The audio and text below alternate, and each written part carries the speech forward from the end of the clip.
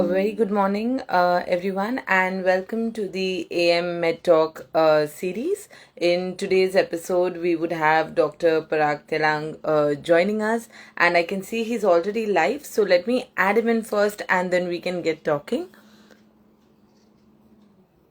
So I am just Designer Body Center for Advanced Cosmetic Surgery.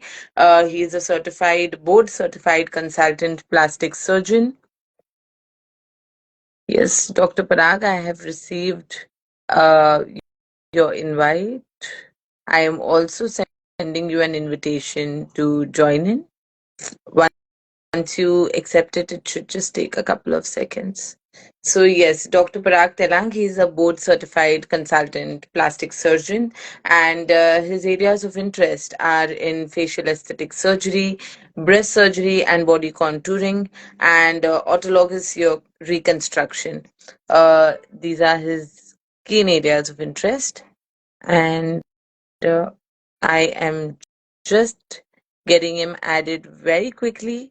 One good news for all of you is we've been getting a lot of feedback that we do the AM Med Talk every Sunday morning, and not all of you are able to join us at that time. And I know we could never have like a fixed time where everyone would be able to join us, but what we are doing is, hello, Dr. Parag. Good Hello, morning. Shriyal. Good morning to you too. Thank you for How the are you invite. doing? I'm absolutely fine. How about you? Great, great. Thank you for joining us. Are you at It's a your pleasure. clinic? No, I am at home. Because I know at times you're busy at your clinic on Sundays as well. For me, there is no difference. Yes, yes, Yeah, absolutely.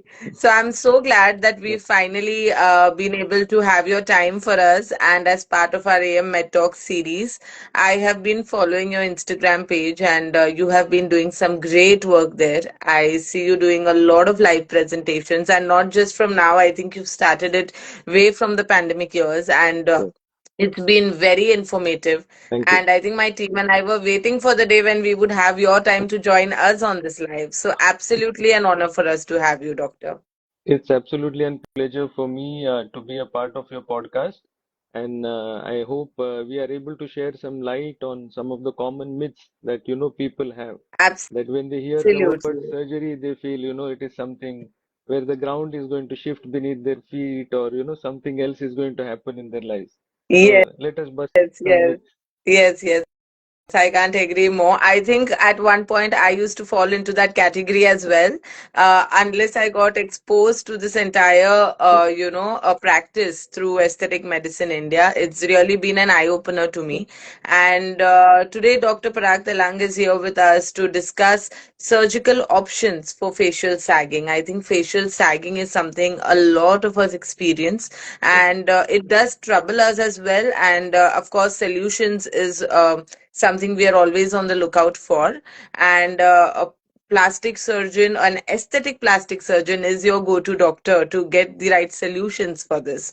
So, yes, while I have my questions with Dr. Parag, for Dr. Parag, like I do for every AM Med Talk, I have kept the comments box open as well. So, please feel free to key in your questions there. We will try our best to take all the questions, or we would even have them answered after the live.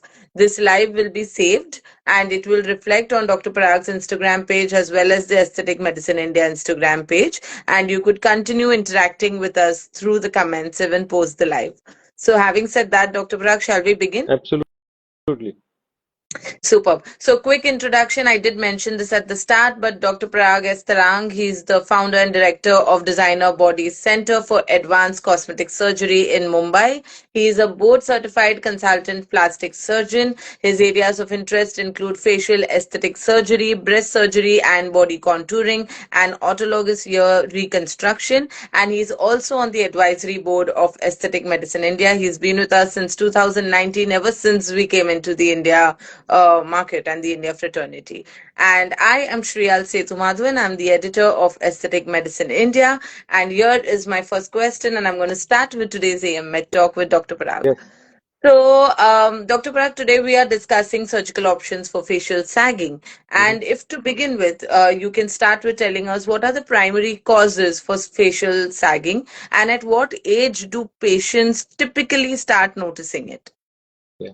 If we have to break down facial aging or facial, changes that we start experiencing, typically we start seeing them post 30s or nearing our 40s. And of course, this is also sometimes related to weight fluctuations. So if someone is at a particular weight to begin with and then they lose a lot of weight, then the sagging which was going to happen later on in life can turn up early. So there are two main things. If you have to narrow it down to two things which make us look older, one is sagging and second is loss of volume. And this combination of sagging of tissues and loss of volume is what makes one look older than what they actually are. Hmm. Hmm. Hmm. Hmm. Could you walk us through some of the most popular surgical procedures for treating facial sagging? So when we assess a face, the patient may be 20 years, 30 years, 40 years. Irrespective of that, we need to first analyze whether it is the mid face, which is the cheek and the upper part of the face, which has started to sag, whether it is the lower part of the face, or whether it is the neck, which is making the face look older.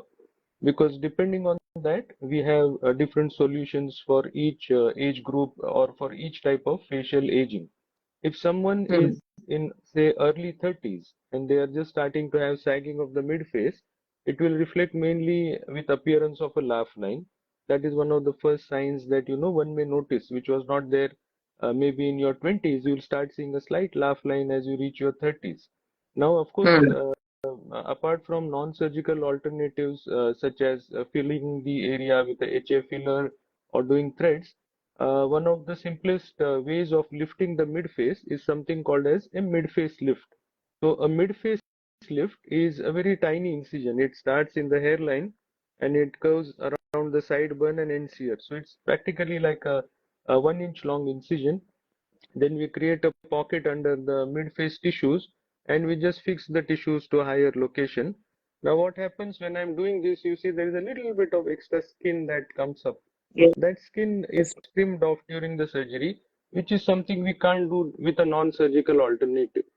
And Hmm. therefore, sometimes, even in younger patients, a minor bit a nip and tuck is what they may need to look refreshed. So for earlier signs of aging or for younger patients, we have something called as a mid-face lift. Now, if someone has, along with the laugh line, the corner of mouth which is droopy or a jowl which is coming up, then they need to rejuvenate this entire cheek, not only the mid face. So for Hmm. rejuvenating the portion till here, we have something called as a max lift. Now, a max lift stands for minimal access cranial suspension. What it essentially means is we are tightening the tissues and fixing them somewhere here, which is in a vertical vector, which takes away all the signs of aging and sagging. And it is fixed at this tissue, which is called as temporal fascia, which is very, very tough. This procedure involves an incision which starts roughly at the level of the eyebrow. It goes around the sideburn, then in the crease of the ear and ends here. So this incision respects the natural creases of our face. 15 to 20 days later, when the patients come for their follow-up, the incision is almost inconspicuous. So even if someone wants to tie their hair up, these incisions are pretty well concealed, and one should not have too much of an issue going out, socializing, say 15-20 days after the procedure. And if someone has advanced signs of aging, where it is not only the face but also the neck which has started to sag and look, bulgy, or it has become saggy, then along with the face and neck tightening, we also do something called as a platysmaplasty. So this neck muscle also sometimes need tightening because your aging is not affecting only the face, it is affecting the neck as well. So we do something called as a deep plane facelift with a deep plane neck lift. So what does it mean? It is not only tightening of the skin and superficial tissues, the sagging has actually occurred in the lower or the deeper layers of the skin, which are called as the smash layers.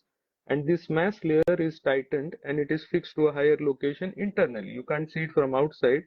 Similarly, in the neck muscle, this muscle is called as platysma.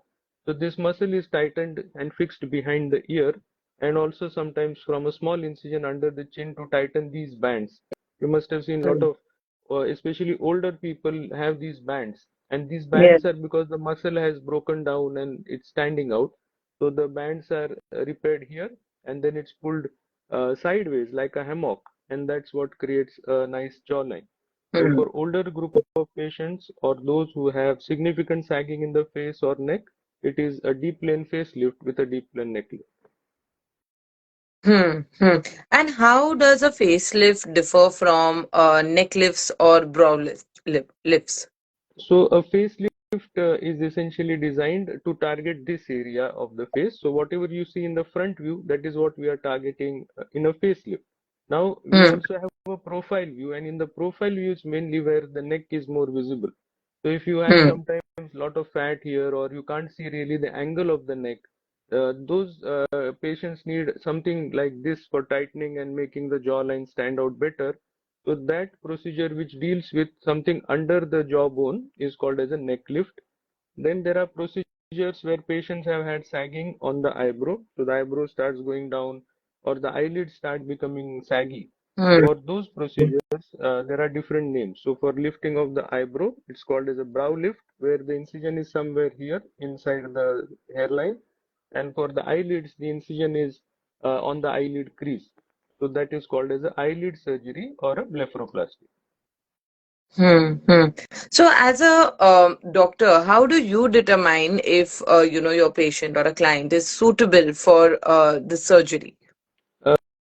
So there are always clinical examinations which are done to assess a patient.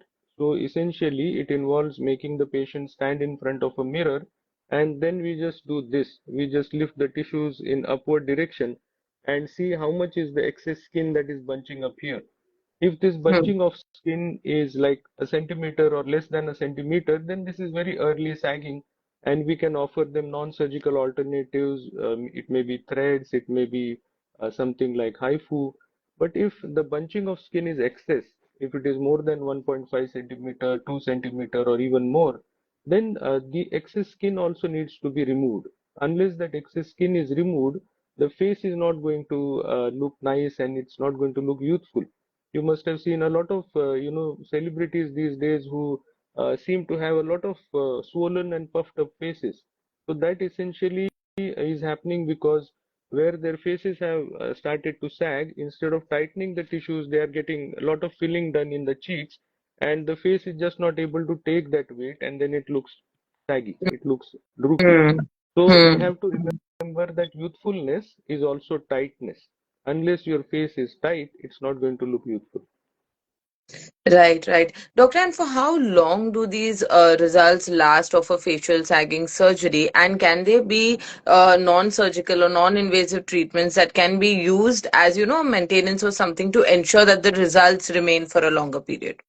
So the beauty of surgical treatments is always in the longevity. You can, with a deep plane facelift, neck lift, easily tell the patient with 100% confidence that their result will last at least for 10 to 15 years. And the only maintenance they sometimes need is a little bit of botulinum toxin for the forehead lines, a little bit of botulinum toxin for the crow's feet. But the face and neck more or less will not need anything.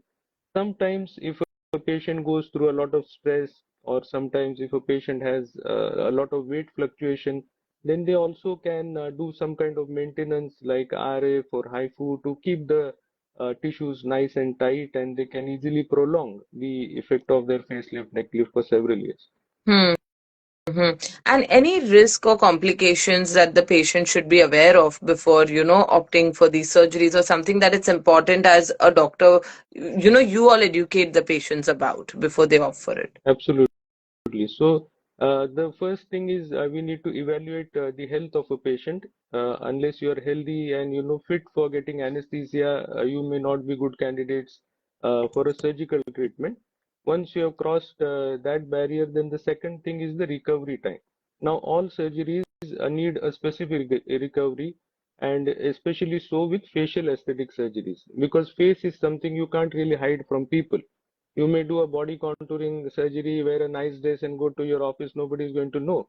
But what about the face? You can't hide your face from your colleagues who meet you every day, or for friends that you meet in your building. So facial aesthetic surgeries, they always have their downtime. A simple procedure like an eyelid lift may easily need 10 to 12 days for the swelling to subside. There may be bruises that will take time to heal. So you need to plan the procedures properly, keep proper recovery time. Now, risk-wise, there are two significant things that we do during the surgery to ensure that there are no risks per se. One is good illumination. So we have excellent lighting which helps us see the tissues better. And the second is magnification. So we see the tissues under, like a microscopic enlarged vision, which ensures that we are aware of where the nerve branches are and when we are doing the work. So even in literature, if you see, the chance of something going wrong, such as a facial nerve injury or any other, trauma to any tissue, is hardly not even 0.5%. That is less than 1 in 1,000. Hmm. I think, at least from what I best understand, and you can correct me here, one of the biggest concerns is always, or maybe a myth, it's that if we go in for a surgery means we will look plastic, or we will not look natural, or the fact that अरे सबको पता चलेगा. We don't want to talk about it. We don't want everyone to know that we've gone and done something. It's artificial. These are, I think, certain myths that revolve. But as a doctor, I think you always take the responsibility to ensure natural results through what you do. So if you can tell us just to A, how much do you face this myth from your clients and patients? And B, how do you ensure natural looking results for your patients?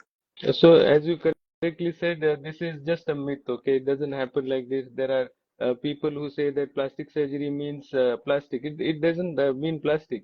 So, plastic surgery, the term itself is coined from the word plastikos. It's a Greek word which means to mold. So, we are just molding tissues. And if you actually compare results of anybody that you know, be it a celebrity, be it anyone else, their faces look much more natural when they've had a properly done plastic surgery than with any other non-surgical procedure. Because don't forget, in a facelift, we are addressing the root cause. A non-surgical treatment is more like camouflage. We are not trying to lift up anything or remove anything. We are just filling it up so that it's less visible. In plastic surgery, whatever has sagged is being repositioned, whatever is excess, the skin or the tissues that is being removed. So in fact, we are repairing the tissues and make the tissues go back to how they should be. So the results of a properly done plastic surgery can really be very, very pleasing to the patient and absolute 100% natural.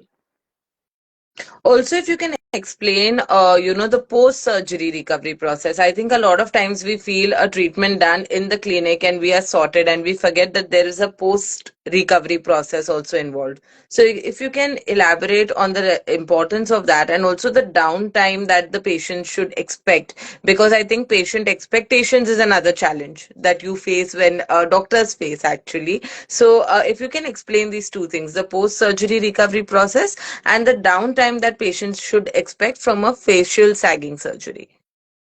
So as I said, it all depends on what procedure you're opting for.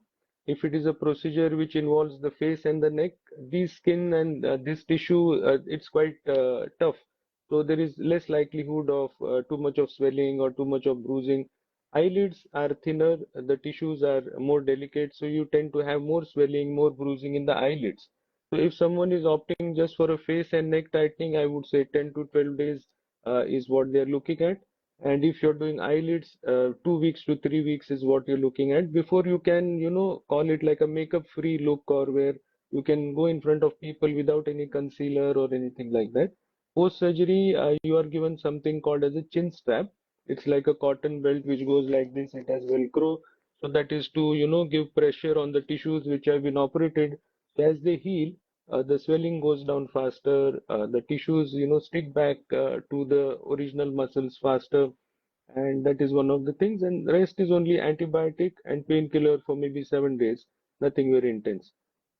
If a post recovery process is not followed by the patient diligently, what can that result into? How does that then impact the overall result that, would be the outcome of the treatment you've given them?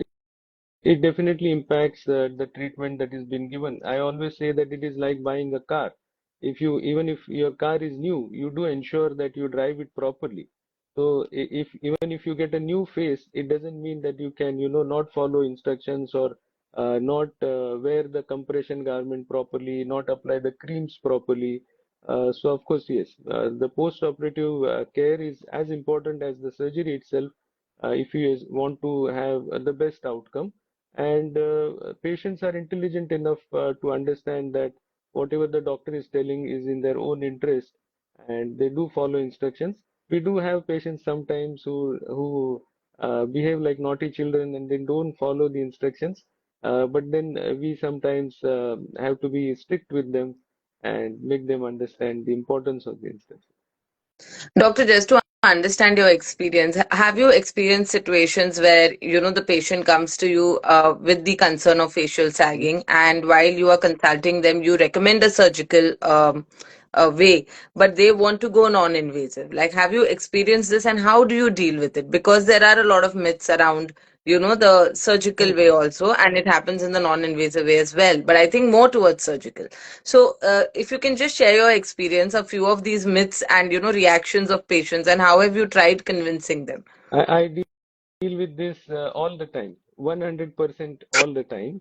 And this is, it's human nature that we don't want something which is scary, or, you don't sometimes want to go under the anesthesia or under the knife. So there definitely are challenges that we have in explaining to a patient that sometimes you have now reached a stage where there is no other alternative apart from surgery which can help you. So what I generally do is I show them photos of patients who have had similar treatments, especially patients who are of a similar face type, who have similar age group. So then once they see the changes that have happened, it becomes easier for me to, convince them that, okay, now is the time.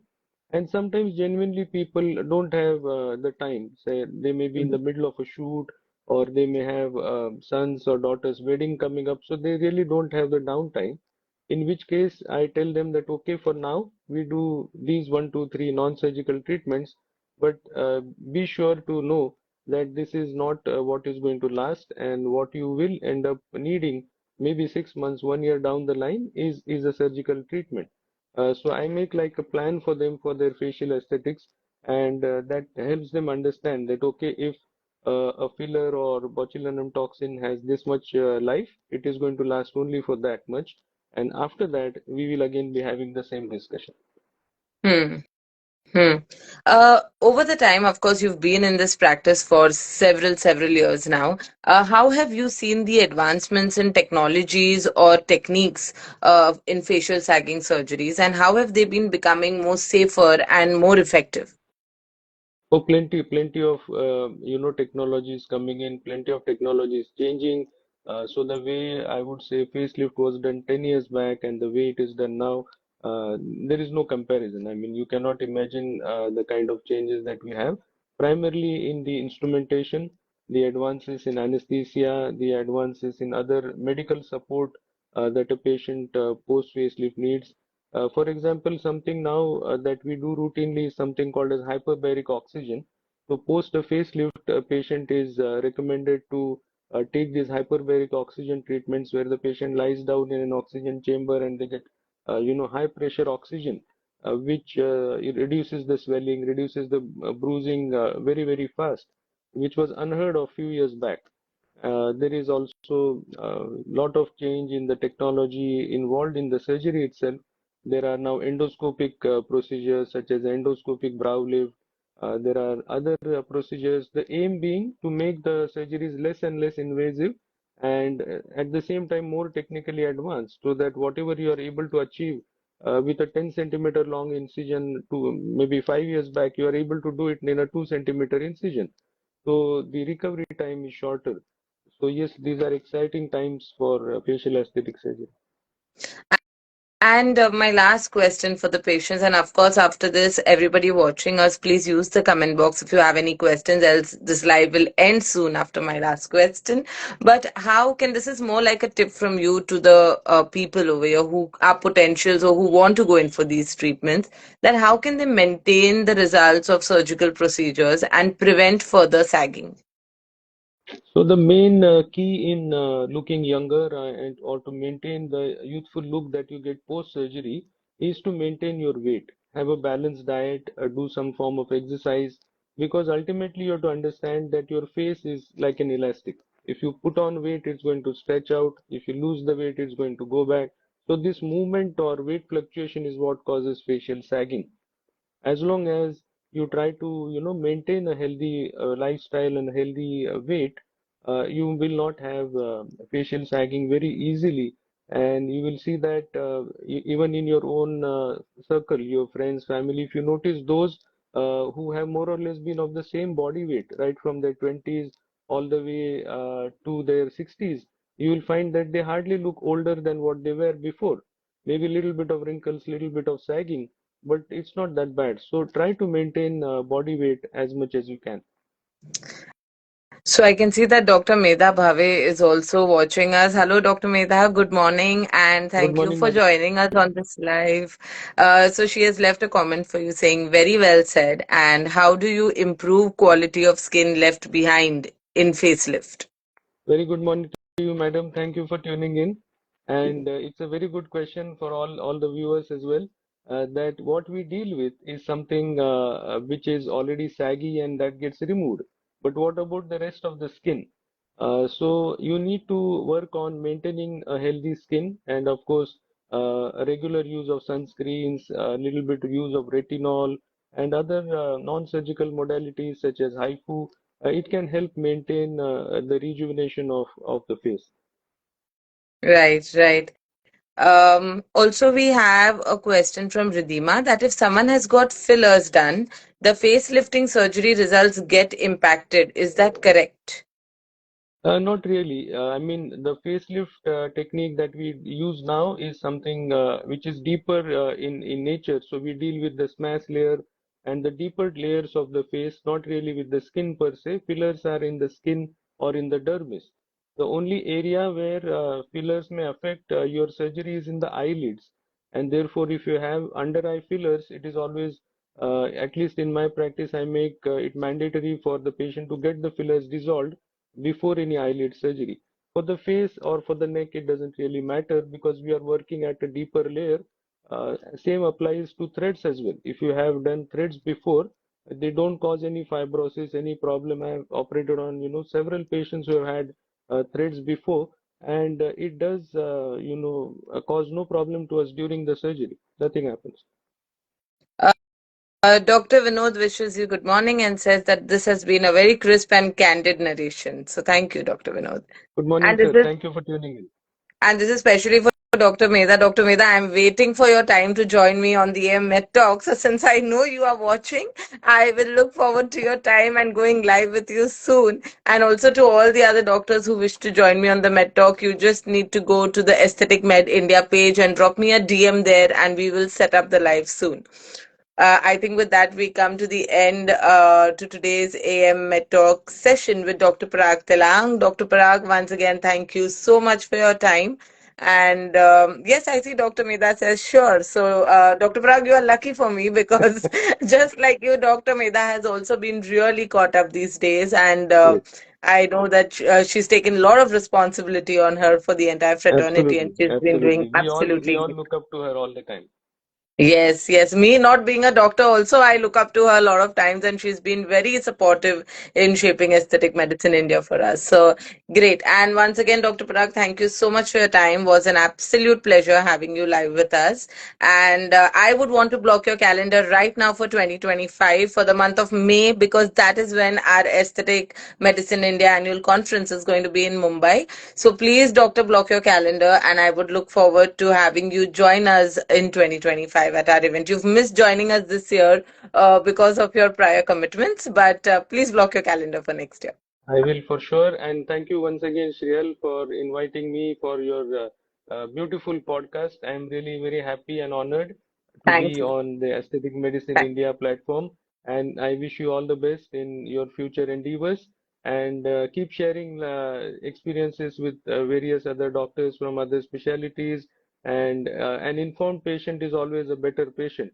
We need Yes. to, spend our time in educating patients, because that's when the patients are able to understand the outcomes, and an informed patient is able to take the proper decision in the best interest of what they need. So, having said that, I would like to sign off on this note. Thank you once again. Awesome. Thank you, Doctor. Thank you. I think we couldn't have a better sign off to this live, and wishing you a great Sunday ahead and wishing Thank you. everybody watching us a great weekend ahead. And I will see you all soon with the next AM Med Talk. Just one quick announcement. We are no more limiting the Med Talks only to Sunday morning. We are also keeping it to the convenience of our doctors and with a lot of feedback coming from you viewers. So follow Aesthetic Med India because you will get all the updates over there whenever I'm going live with a doctor. With that, wishing you all a great day ahead. Stay safe and take care. Thank you, Dr. Parag. Bye bye. Have a nice Sunday ahead. Bye bye. Thank you. Bye.